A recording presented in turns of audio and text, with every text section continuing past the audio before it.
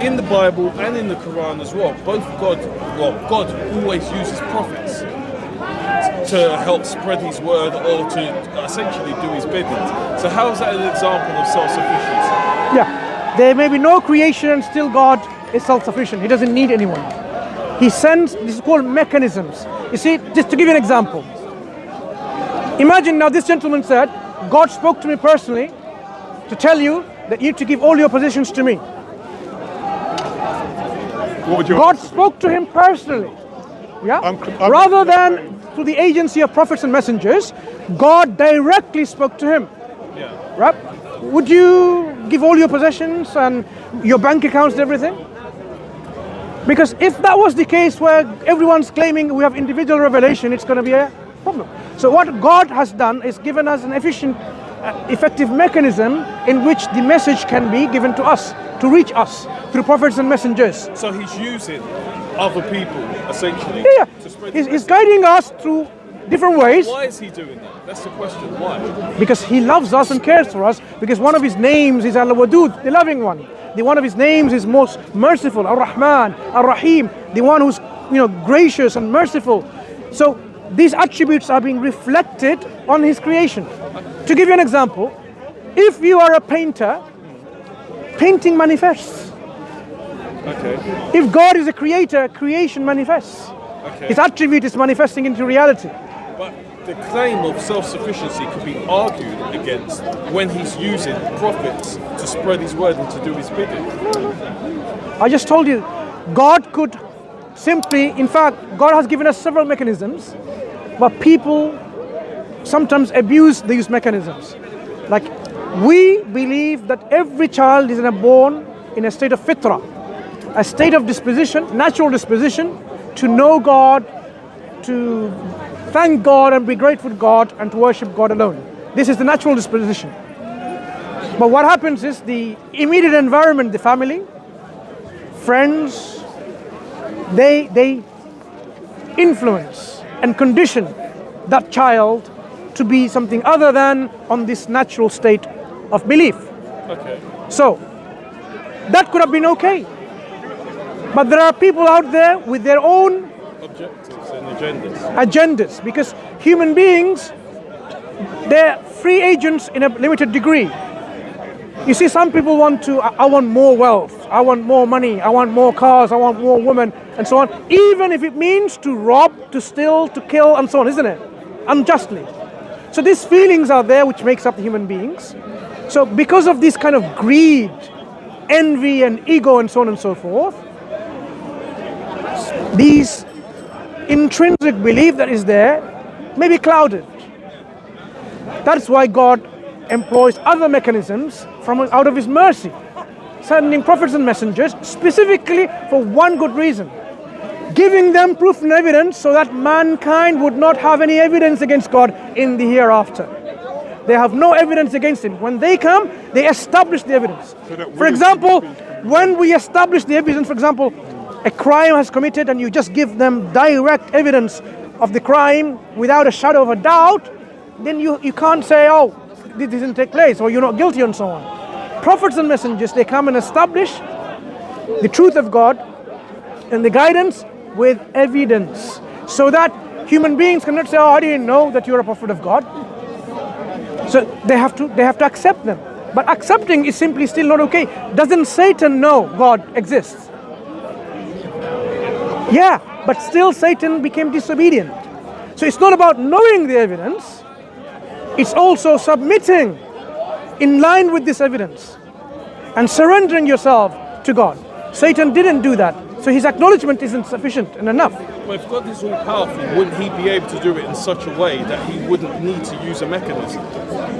I just told you. You've told me why he uses mechanisms. Yeah. But what I'm saying is, shouldn't he be able to circumvent that reason because he's all powerful?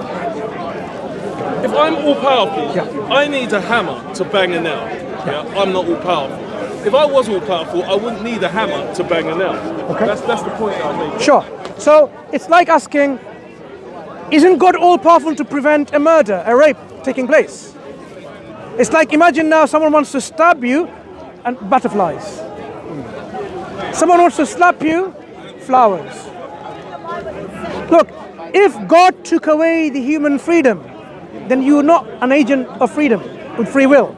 You're like a robot. God has given us this agency of free will, and that's why He allows these things happen. Likewise, He set up a mechanism in which His guidance can be received, and people can accept this guidance or reject it. God says so. If God so wanted, everyone would have believed. That's what God says in the Quran, exactly as you're saying. But He's given people chance to use their own intellect to accept Him willingly or to reject Him. Based on that, they will be rewarded either with a place of pleasure, happiness, joy, bliss and tranquility, or a place of torment, suffering and pain and punishment. People need to know that yes, a gift that we have, the gift of free will, is an important gift.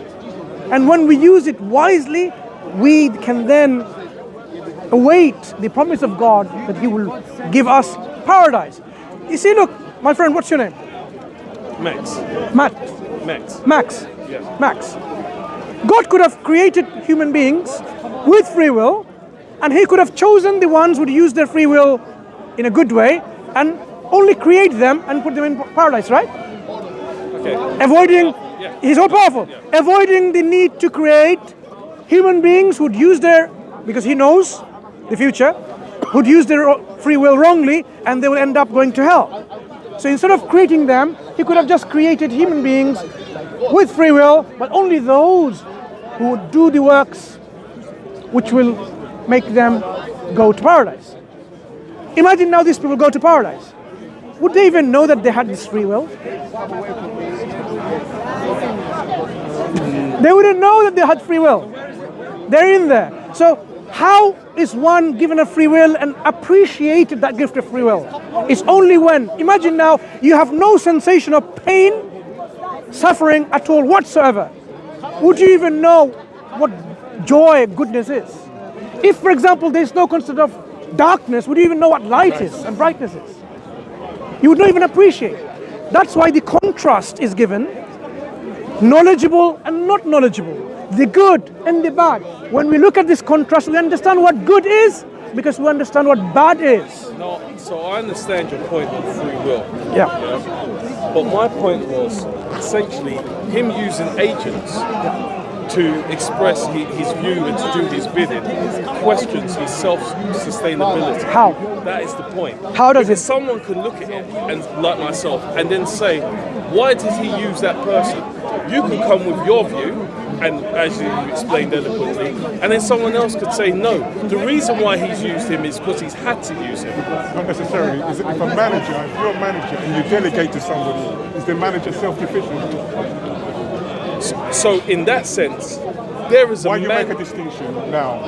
Because there's If a manager employs, he delegates that you must do it, he's self-sufficient. Because what you're saying, because God sent agents, agents. He's not self-sufficient. Is that what you're saying? Okay, so the difference when we're talking about a manager, we're not just talking about. So first and foremost, who is a manager? I can't just say she's a manager. We're talking about first there's an organization. Just say generally. No. There's no such thing as general when we talk about a manager. Because I have a manager in my workplace, you have a manager in your workplace, but your manager can't delegate in my workplace. No. In your workplace, your manager delegates to you. Within the framework of our organization, my manager has the power. It's very simple. A manager in your workplace, you're under him, he delegates to you. Yes. Or your foreman delegates to you. Is he self-sufficient? That's the answer. Within the boundaries of my workplace, my manager is self-sufficient. He is self-sufficient. He is self-sufficient because he could have come to me directly. And there's no argument because of the policy that's written within my organization. I think you're missing the point. What I'm saying, you're saying that God is not self-sufficient because he I'm has not to saying use... that God is not self-sufficient. Okay. What I'm saying to you, he said that God is self-sufficient, and he used that as part of his argument. And what I'm trying to say is, this is a matter of perspective, and a matter of faith. Because many people could look at it from a different perspective and say, well, if he is self-sufficient, then he wouldn't have needed to do what he's done. There's no need. It's not about he needs. He's put a mechanism. For example, he could have created at once everything. But we are told in the Quran, God created the heavens and the earth in 6 days. There's a process that he's employed. He could have just done this like that, everything. He could have created human beings without making them into babies and developing and so on, right? Exactly. So you can question everything, Yes. but what you're not understanding is the wisdom in these steps and transformations and these processes. God employs from his wisdom processes for a reason. Okay? We may not be eloquently able to explain to you certain reasons, but the reasons are there from his wisdom. So when the example I gave you about guidance to human beings, God sends guidance through various ways. In your dreams, guidance through other people, guidance through prophets and messengers, guidance through your own self, that what comes to you and so on, right? God inspires you. So there are many ways, but the full proof, the ones that people cannot have opportunity of disputing, is when God sends prophets and messengers to establish the evidence. That's the mechanism he has chosen. If you now ask, out of all these mechanisms, what mechanism would have been the best to guide people individually? I give an example. God speaks to them individually. How does he know that he is speaking to God? God convinced him, right? Now there will be someone with free will says, God convinced me, saying, all of you are wrong. God told me, all of you are wrong, you have to follow me. And in fact, I am God's prophet, you have to follow me. If that was the mechanism, individual guidance from God directly, you have to accept that and you have to follow him. It will be chaos and corruption. That method isn't a very good method, a mechanism. So in your understanding or your belief, has that method ever been used before? Has God ever spoken directly to someone? God has spoken directly to his prophets and messengers. Prophets and messengers, so that they can then be the agents to convey and disseminate that message. That's what God does. Okay, so he's spoken directly in some cases, and in some cases No, he's speaking... he speaks directly to certain people who he raises and he chooses and he makes them ready so that they can then deliver this message so people have no excuse accepting him. For example, imagine you go to a doctor and you found out that he did not even pass a medical exam ever in his life. He didn't perform any operations. All the certificates are false. The moment you find out, would you go and say, I've come here for a heart bypass? No. You wouldn't. You wouldn't trust that man or woman, doctor, for this purpose. But if you had no reason to doubt that this gentleman is a qualified medical doctor and his medical profession is quality control and governed by a profession called GMC, General Medical Council, and he's liable and for any misconduct that he's doing. He's got a certificate. He went to school, medical college. He got a degree and got all this training. You have no reason to. He will happily say yes. Do the operation, doctor. 1 second. So, sorry, just before you go on. But I might forget the point I'm making. Yeah. So when God chooses certain individuals called prophets and messengers, he makes them, he raises them in a way so that when they come and deliver that message, people will accept them easily. They would know that this person has never spoken. That's the point I want to say. So did God always choose for his prophets? Did he always choose people who are of good standing? No, God chooses.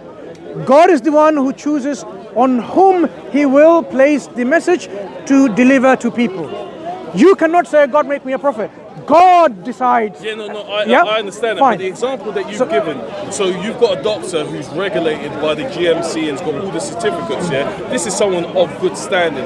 And therefore, when he goes to deliver the operation, he will be accepted, That's the example that you've given. So are you saying similarly, when God chose prophets, that all of them in the same example, in the same way as the example that you've given? Yes, and that is why the problem starts when individuals with critical thinking, they read certain books called the scripture and they find prophets and messengers sleeping with their own daughters, getting drunk, doing all these things, and they lose hope in believing in such prophets.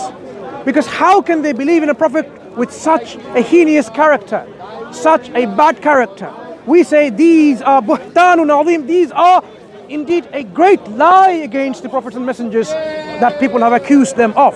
God's prophets and messengers, God chose them, the noble, the noblest, the truthful, the most truthful, the honest, the most upright. Prophet Muhammad sallallahu alaihi wasallam, for example, the final messenger, he was known in his community as As-Sadiq al-Amin, the truthful one, the most reliable one, the trustworthy one.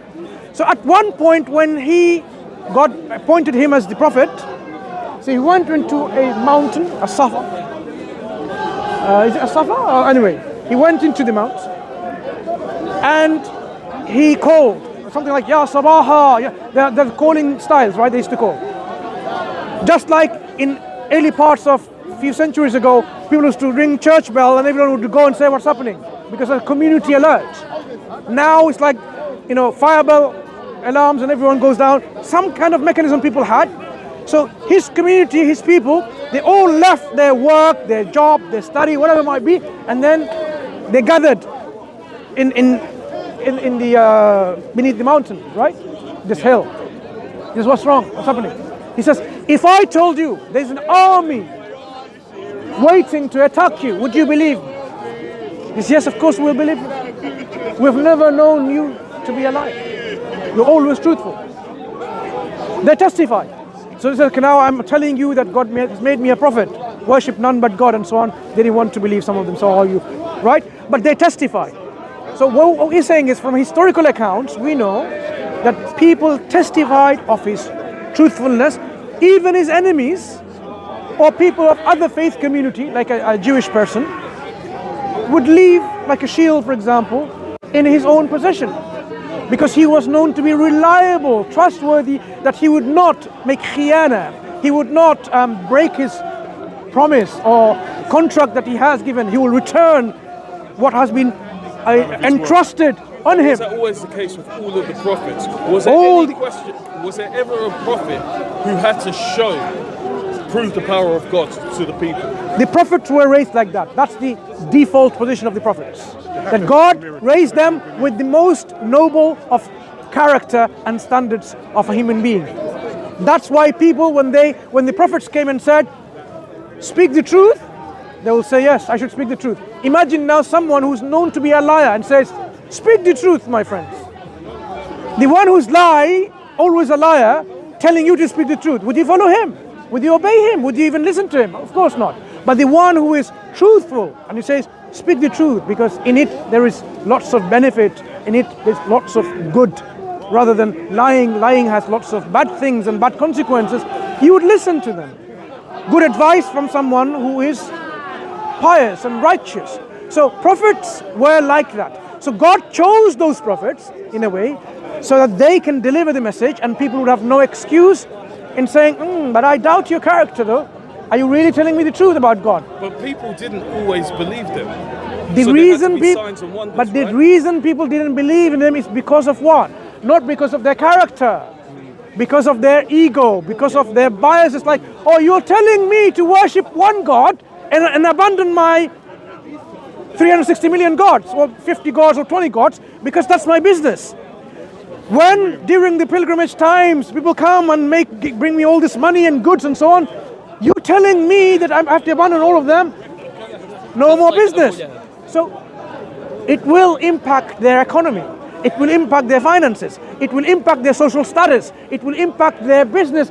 Many factors prevented people or prevents people from accepting the truth. For example, even today they say, oh, if I become a Muslim now, I have to always speak the truth. I cannot go and sleep around.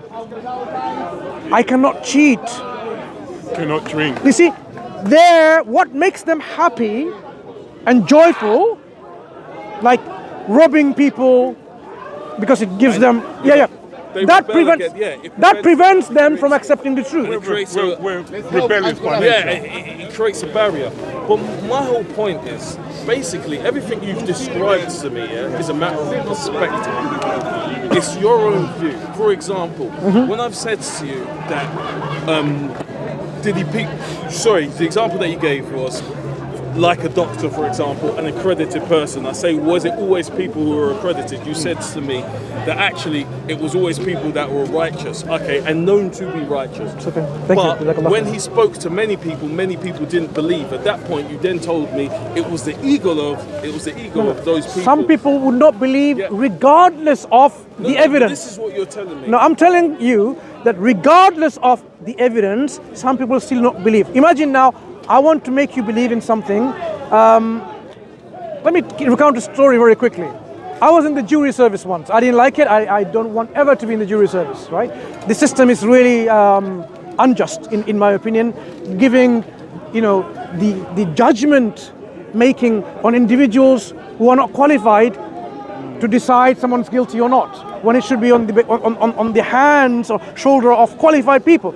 Anyway, so we had an individual gentleman. He didn't want to agree that the person is innocent. And we asked him, why so? The evidence is there. I hope this is the same, because either it's the opposite way, innocent or guilty, right? It's a long time ago. He says, no, because my conscience tells me that he's guilty. I said, look, even though we provide you the evidence, look, the video clip, he wasn't even there, it was someone else. He says, no, my conscience tells me he's guilty. So you cannot convince some people because they are driven by other than evidence. Sometimes information is not even sufficient to update your behavior and your knowledge to do things. For example, people smoke. Yeah? What does it say in the cigarette packet? Cancer kills. Smoking kills. Yeah, smoking causes cancer. Yeah. Do they not understand what it says? They do, but they still smoke. Okay? So it's not information that is missing. It's not who has provided the information that is not understood. It's coming from the medical people. It's coming from the government and the Department of Health. So people have their own reasons. There could be other reasons to disbelieve or not to believe. So when could not someone say the same thing about Christianity? And say people have other reasons not to believe in Christianity, such as they look in the Bible, they see something that doesn't make sense to them, and then they say, no, this is a reason, because really and truly the Bible doesn't want me to have sex outside of marriage and all of the correct to maintain the correct agreed. Similar with Islam. I may reject it for whatever reason. This religion, because it says you can do sacrifice in Hajj, and I'm a vegetarian, so I can't accept Islam. People make this kind of excuses. My point is, all of this comes down to a matter of faith.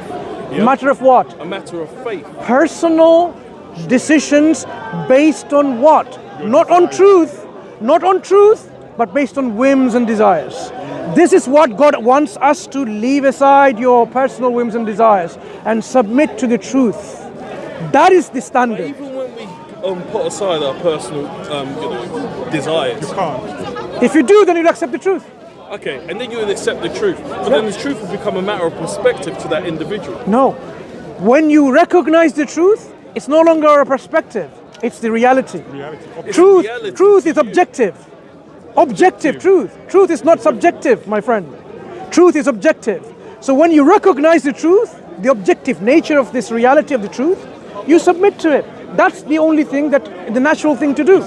But when people do not want to, because of their whims and desires and other biases, they will be accountable and they would not be able to justify their disbelief in God or in Islam or in the disbelief in the Quran or in the disbelief in Prophet Muhammad sallallahu alaihi wasallam. Because you see, salvation is when man zuhziha 'anil nar wa udkhila al-jannah faqad faz. Whoever has saved themselves from the fire and has entry or entered into heaven, that's the ultimate success. Salvation and success is saving yourself from the hellfire and making yourself enter Jannah or paradise or heaven. So if people really want to have eternal life in a place of joy and tranquility and happiness, let them follow the truth and submit and surrender to the truth. But if they want to follow a path which will lead them to hellfire, then let them be ready for that, because there will be a time when the judgment day comes Your own hands, your own mouth, your own legs will speak against you. You will say, well, how? How is my skin? How is my limb speaking? God says, God has given us the ability to speak now. So that I walked to there. I did this. Like if you kill someone unjustly and so on and so forth. You don't have to say. The records will be provided of everything you do. We believe there are scribes recording every details of our good actions and bad actions, right? With us. They're with us. Just like, it's so easy to understand now. In your mobile phone, you can record the video and you can have it there and the camera is recording. So we have angels recording all our good deeds and bad deeds, and they will then present these actions and you will see them. You will not be able to deny. This is where you did bad things. You lied, you cheated, you robbed, you killed, you raped, you massacred, whatever. Or you did these good things. You helped the poor. You gave charity. You spake truth. You were kind to a person. You fed the poor. All good things, right? They will be there. And you believed and you worshipped God and you were grateful to Him. You didn't ascribe any partners to. Everything will be presented and your deeds will be put on a scale. The good and the bad. That day is a tremendous day. When in that day, يَوْمَ يَفِرُّ الْمَرْءُ مِنْ أَخِيهِ وَأُمِّهِ وَأَبِيهِ وَصَاحِبَتِهِ وَبَنِيهِ لِكُلِّ امْرِئٍ مِّنْهُمْ يَوْمَئِذٍ شَأْنٌ يُغْنِيهِ. In that day, يَوْمَ يَفِرُّ الْمَرْءُ مِنْ أَخِيهِ. On that day, the man will flee from his friends, from his brother, because his brother cannot save him. From his وَأُمِّهِ وَأَبِيهِ وَأُمِّهِ. From his mother and father. وَصَاحِبَتِهِ وَبَنِيهِ. From his companions, from his mates, from his children. Because on that day, imagine now, if something happens now here, you would die to save your children. You would give up own life to save your children. But on that day, you will flee from them. You will flee from your parents. You will flee from your children, because no one can save you. In that day, the terrible day, because you will be in front of God, accountant, and be ready to be judged. So this is something that is such a tremendous day that nothing will be happening. In that day, you will see. If you have done any good, you will see it. Do you know the ayah of the Quran?